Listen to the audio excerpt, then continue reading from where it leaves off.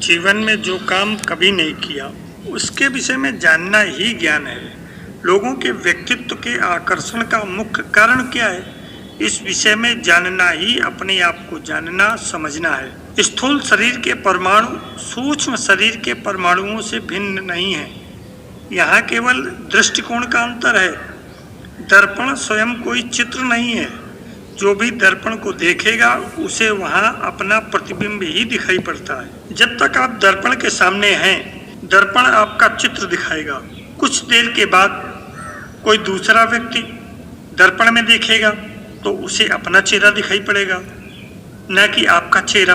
आपका चेहरा वहाँ नहीं दिखाई पड़ेगा। दर्पण में देखने वाले का ही चित्र उसको दिखाई पड़ता है, उसकी ही प्रतिबिंब प्रतिछाया उसको दिखाई पड़ती है। ठीक यही स्थिति संत, स्थित प्रज्ञ और योगियों की होती है।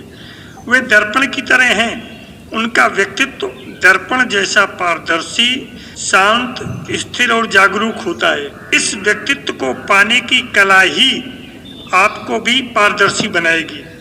इसके लिए अभ्यास आवश्यक है। ऊर्जा स्रोतों का जागृत होना आवश्यक है। ऊर्जा चक्रों और सूक्ष्म नाड़ियों के माध्यम से अदृश्य रूप से बहती है, जो आपके अंदर अभी तक बाधित है। इस बाधा को हटाने के लिए ही नियमित और निरंतर प्रक्रिया की आवश्यकता पड़ती है। इसे ही हम आज समझने का प्रयास कर रहे हैं। पहले तो हम बैठना सीखें। बैठने का अर्थ कुछ देर तक शांत, स्थिर और जागरूक, अर्थात शेष दुनिया से अपने आप को अलग रखें। केवल अपने लिए समय दें। आसन, चाहे वो सुखासन हो, चाहे सिद्धासन हो, पद्मासन हो, कोई भी आसन हो जिसमें आप कुछ देर तक सुखपूर्वक, शांत से और स्थिरता पूर्वक बैठ सकें। अधिक उम्र के लोग कुर्सी और तख्त पर भी बैठ सकते हैं। भूमि पर बैठने के लिए मुलायम और गुरुत्वाकर्षण रोधी सूती या ऊनी आसन अवश्य डालें। प्रारंभ 5 मिनट से कर सकते हैं और बैठने के समय में अपने शरीर का जो पोस्चर है उसको बिल्कुल ठीक रखें, अर्थात हमारा मेरुदंड एकदम सीधा रहे, सिर की सीध में, और हम कतई हिले डुले नहीं। कोई भी क्रिया प्रतिक्रिया शरीर से संपन्न न हो। जैसे जैसे दिन बढ़ते जाएं, कुछ सेकंड, मिनट भी सप्ताहांत बढ़ाए जा सकते हैं। फिर जब शरीर की बायोलॉजिकल क्लॉक सेट हो जाए तो 40-50 दिन में फिर रुचि स्वतः बढ़ने लगती है और इसके साथ ही आंतरिक अनुभव भी आपका पथ प्रशस्त करेंगे। न ही डरने की आवश्यकता है अथवा न ही कोई अतिरिक्त सोचने की आवश्यकता है। अब यहाँ अभ्यास की प्रक्रिया प्रारंभ करें। इतना सब कुछ जो मैंने आपको बताया, यह कहना तो बहुत सरल है परंतु करना बहुत कठिन है, क्योंकि अभी तक हम जिस चीज़ के अभ्यासी नहीं हैं उसको अभ्यास में लाने के लिए हमारे शरीर को काफ़ी परिश्रम करना पड़ेगा। फिर ऊपर से अक्सर योग निर्देशक, गुरु ये कहने लगते हैं कि श्वासों पर ध्यान लगाओ। अरे श्वासों पर ध्यान किसका लगता है? जो काफ़ी अभ्यास करके अपने मन को नियंत्रित कर पाता है, अपनी गतिविधियों को एकाग्र कर पाता है, उसका ध्यान श्वास पर लगता है। ये इतना आसान नहीं है, क्योंकि अभी तक का स्थूल जीवन इसका व्यस्त नहीं था। अब हमें आंखें बंद करनी है। आंख बंद करने का अर्थ संसार को देखना बंद करना है और स्वयं अर्थात अपनी सांसों को देखना, अनुभव करना, यहाँ से प्रारंभ करना है। आंखों के बंद होने से अनुभूत के द्वार खुलते हैं, अनुभव के द्वार खुलते हैं। एक नवीन प्रक्रिया के माध्यम से एक नवीन जगत में प्रवेश होता है। फिर श्वासों पर ध्यान दें। श्वास अंदर आ रही है और श्वास बाहर जा रही है। श्वासों के आने जाने को देखें, अनुभव करें। श्वासों की गति इतनी सूक्ष्म, धीमी हो कि स्वयं को अपने श्वासों के आने जाने की आवाज़ ही न सुनाई पड़े। केवल अनुभव से, प्रतीति से हमें ये पता चल सके कि हमारी श्वासें आ रही हैं और जा रही हैं। फिर श्वासों धीमे धीमे जब ये अभ्यास कुछ हो जाए तो फिर श्वासों की गहराई बढ़ाना शुरू करें, अर्थात सांसों को ज़्यादा देर तक लें, इनहेल करें और ज़्यादा देर तक एक्सहेल करें।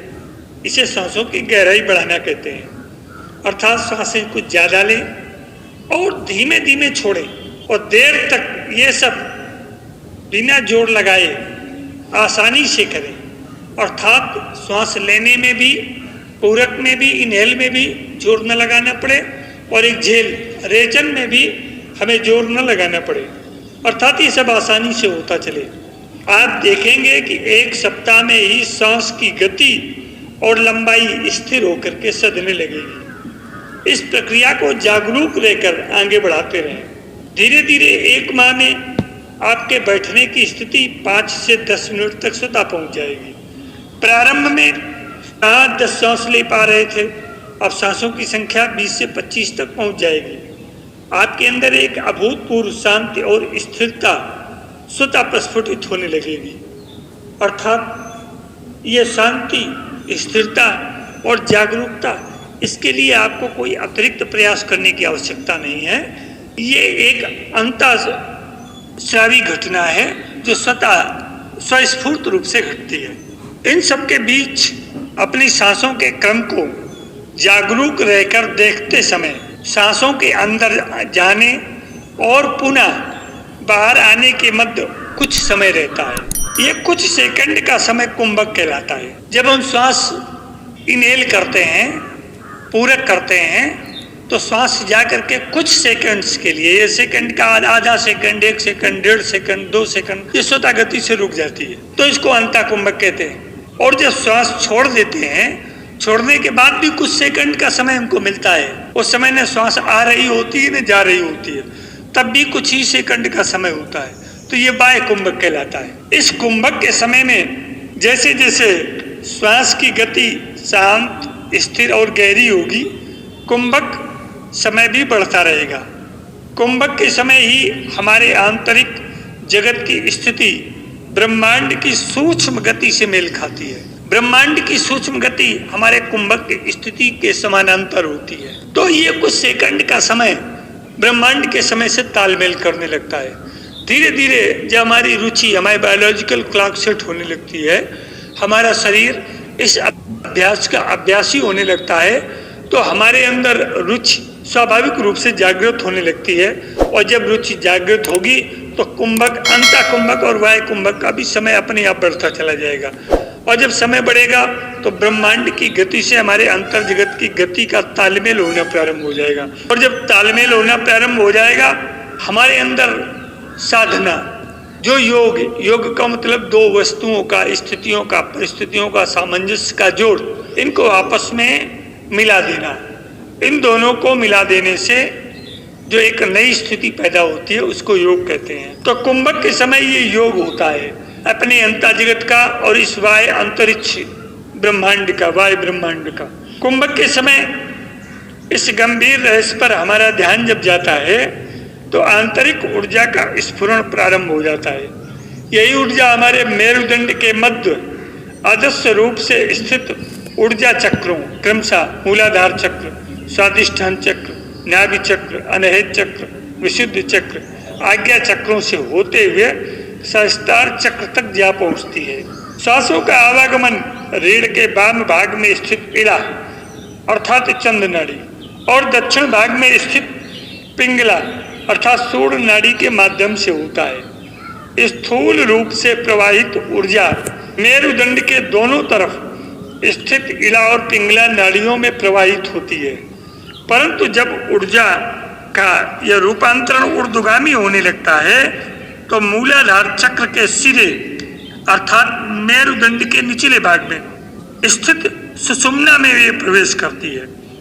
यह सुषुम्ना रीढ़ के मध्य में स्थित ऊर्जा प्रवाह का एक अविरल पथ है, जहाँ ऊर्जा का प्रवाह क्रमशः एक एक चक्रों का जागरण करते हुए सहस्त्रार तक की यात्रा पूर्ण करती है।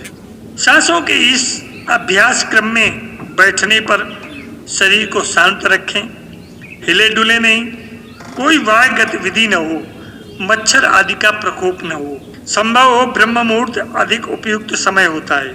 मेरुदंड को सीधा सिर की सीध में रखें, पहले आसन और शरीर के शांत और स्थिर रखने पर ध्यान दें।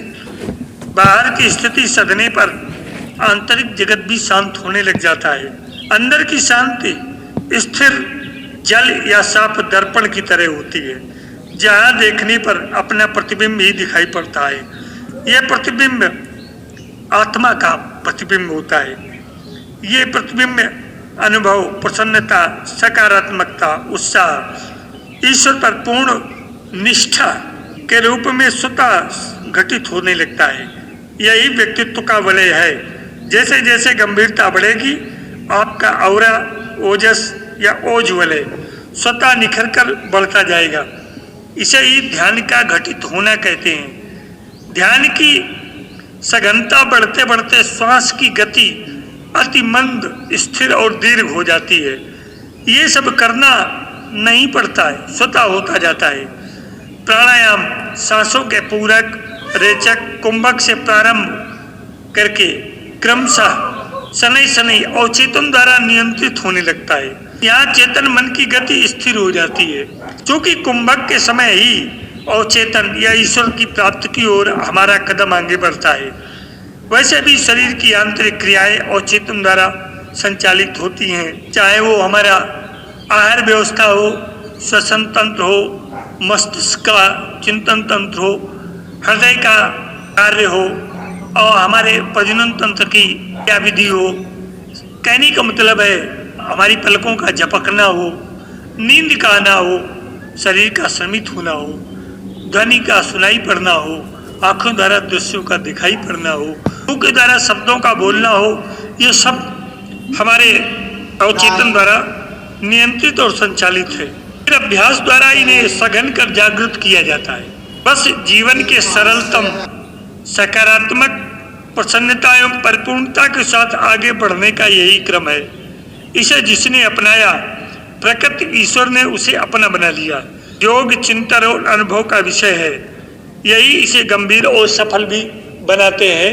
मेरे अध्यात्म प्रेमी जिज्ञासु मित्रों, अपने जीवन की सरलता का, सफलता का ये सबसे सरलतम मार्ग है।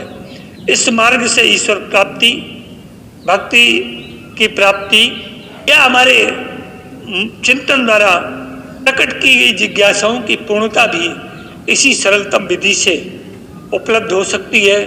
आप इसमें जितना ज़्यादा अपना 100% योगदान देंगे, जितना समर्पण इसके प्रति दिखाएंगे, उतना ही आप उतना ज़्यादा सफल होते चले जाएंगे।